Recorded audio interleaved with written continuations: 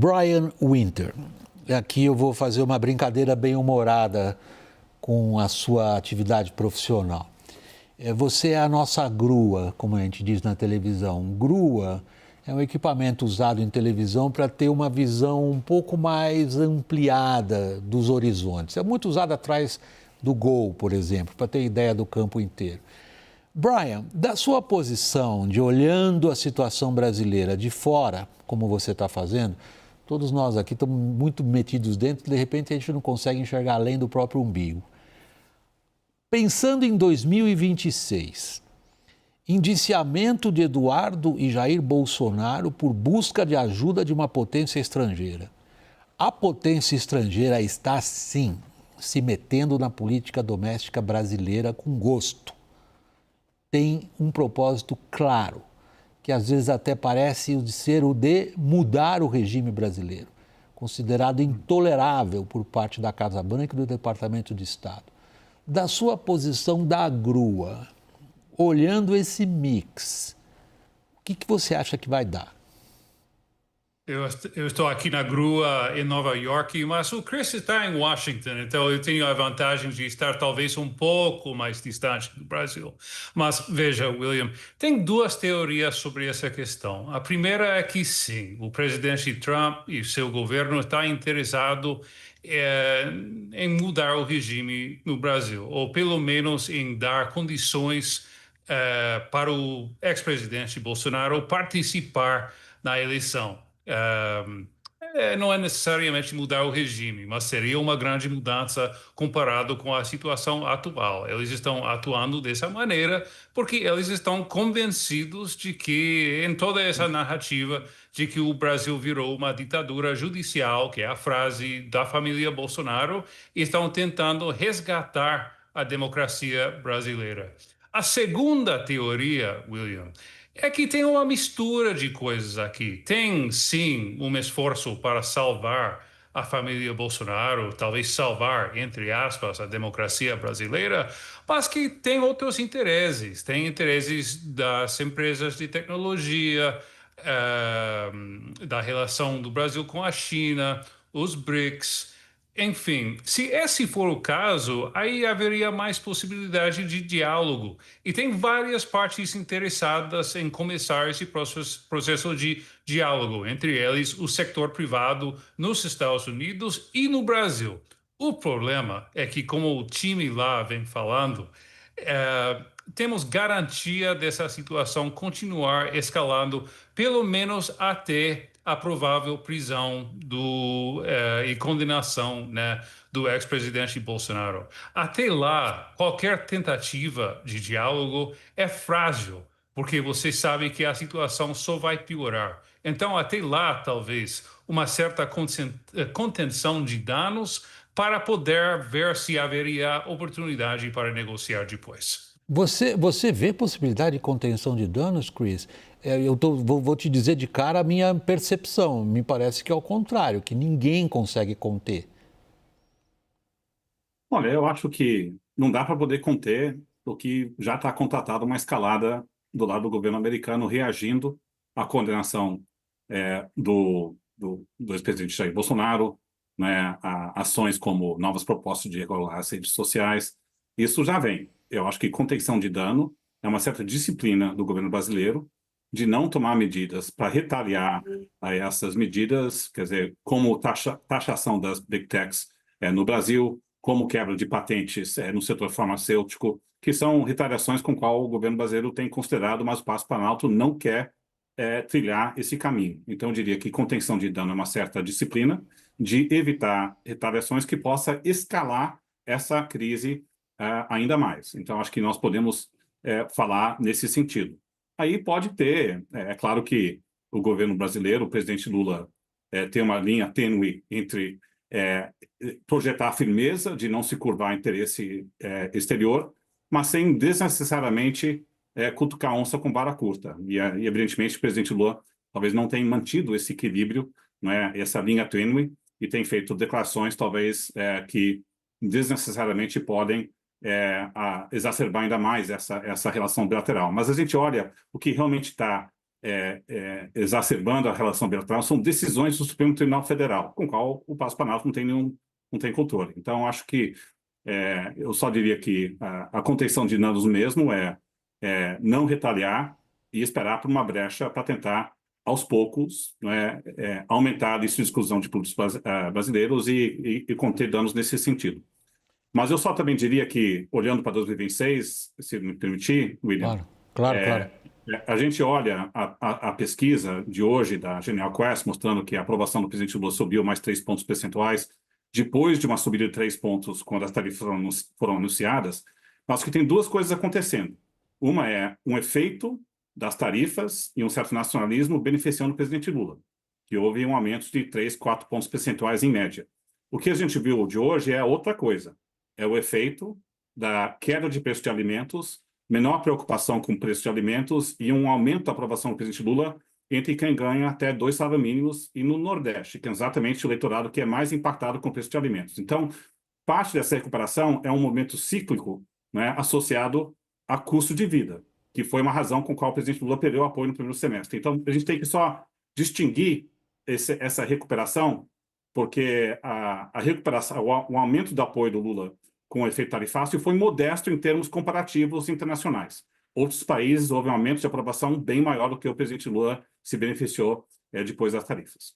É interessante esse ponto do Chris, Lorival, que ele está dizendo para nós o seguinte: vamos olhar individualmente os componentes que ajudam a explicar a recuperação de popularidade do Lula na luta dele pela reeleição. Uhum. Ele dá uma ênfase clara, eu acho super legítima, na questão bolso.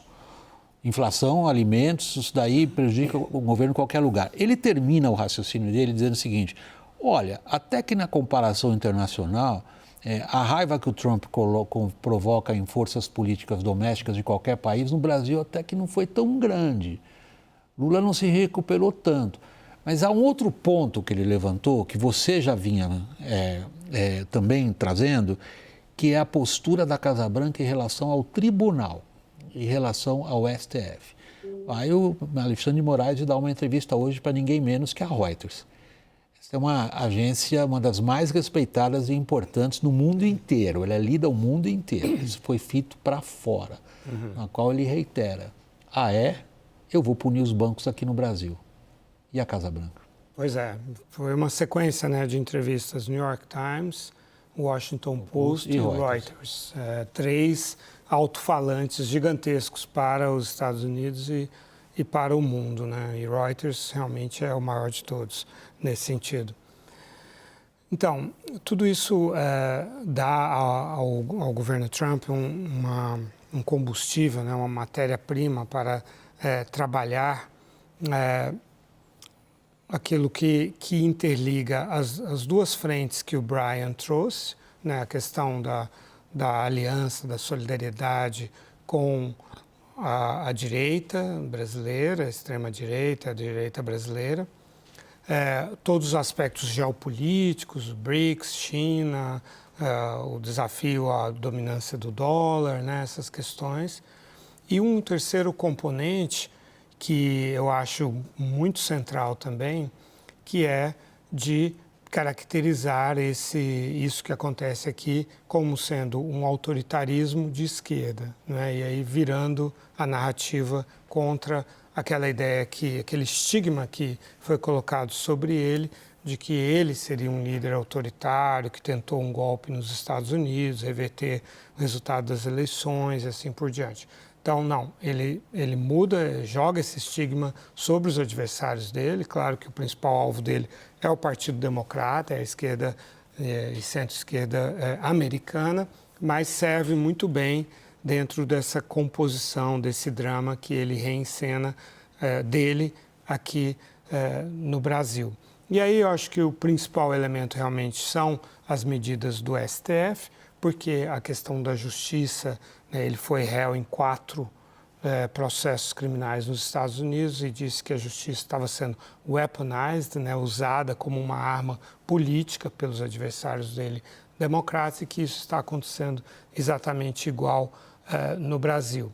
E aí, quando essas declarações do Lula acabam complementando muito bem tudo isso nesse aspecto mais assim do desafio ao capitalismo americano, desafio ao poder econômico americano e de uma visão de mundo comunista, de esquerda, alinhada com a China. Então, tudo isso forma um quadro muito bem que ele pode trabalhar essa narrativa de forma muito eficaz para o público dele e para públicos ao redor do mundo. Eu vou trazer um pouquinho mais agora para o Brasil a conversa, Caio, começando por você e da ação da Polícia Federal também em relação ao pastor Silas Malafaia. Tem sido uma voz central, particularmente nas últimas manifestações bolsonaristas, voltadas claramente contra o STF. Que efeitos políticos teremos? Bom, William, de certo modo, um efeito possível dessa ação, dessa operação contra o pastor Silas Malafaia pode ser uma ampliação até da vitimização deste segmento. O pastor Silas Malafaia tem uma influência muito grande, um segmento significativo e crescente do eleitorado brasileiro, que são os evangélicos, que têm força política também dentro do Congresso Nacional e fora do Congresso Nacional. A gente sabe toda a representatividade que de 10, 20 anos para cá esse segmento teve. À medida em que há uma operação contra ele, apreensão de passaporte, imposição de cautelares, de certa maneira pode ter um efeito reverso. Primeiro porque você entra com cautelares contra uma liderança religiosa, né, que lidera um segmento muito forte da população brasileira, que é alinhada ao bolsonarismo e ao ex-presidente Jair Bolsonaro. E por outro viés, você, de certa maneira, pode vir a reforçar também esse discurso bolsonarista de silenciar opositores, né, dando sustentabilidade para essa narrativa, para essa tese toda que os bolsonaristas colocam de vivemos sob uma ditadura do judiciário. Porque se a gente acompanhar na linha do tempo toda, os principais críticos, né, não estou entrando no mérito se eles estavam certos ou errados, muitos se excederam, sim. Agora, os principais críticos do Supremo Tribunal Federal e do ministro Alexandre de Moraes, especificamente, eles acabam tendo medidas judiciais contra eles que acabam por impedir que eles façam as críticas ao Supremo Tribunal Federal e ao ministro Alexandre de Moraes especificamente, a começar pelo próprio Bolsonaro, que não pode mais se manifestar, embora não tenha nenhuma condenação em si contra ele. Então, de certo modo, pode ter sim um efeito reverso de reforçar todo esse discurso bolsonarista de que o Supremo Tribunal Federal e o ministro Alexandre de Moraes acaba por silenciar os opositores ao Poder Judiciário. É mais um fator inédito na nossa crise, Daniel. Me corrija se eu estiver enganado, ajuda a minha memória. Eu não me lembro de uma ação desse tipo contra um representante evangélico, como aconteceu com Malafaia. Você também não? Também não. Estou tentando puxar aqui pelo fio da memória. Olha que temos um evangélico dentro do Supremo, né? E possivelmente outro logo em breve. Agora, William, eu começo a ver um elemento ali, um embrião de discurso na direita bolsonarista. Isso até chegou a ser manifestado numa postagem do Carlos Bolsonaro, de que sem Bolsonaro nas eleições de 2026, e a gente pode dizer tranquilamente sem Eduardo Bolsonaro também, porque existe quase que essa convicção de que se Eduardo Bolsonaro pisa no Brasil hoje, ele também seria preso, de que as eleições em 2026, não importa quem Bolsonaro indicar, seriam ilegítimas. Como que fazendo uma comparação com o que aconteceu na Venezuela. Não importa se é indevido. Como que dizendo que, olha, a situação do Brasil em 2026 repete o que foi Maria Corina Machado impedida de concorrer com Nicolás Maduro. Portanto, qualquer resultado é ilegal, não pode ser reconhecido e resultará em um escalonamento ainda maior da crise depois das eleições de 2026, que na visão dessa direita não seria legítimo. É uma tese perfeitamente capaz de emplacar, é uma tese com a qual alguns bolsonaristas já trabalham e com a qual o governo brasileiro também começa a trabalhar.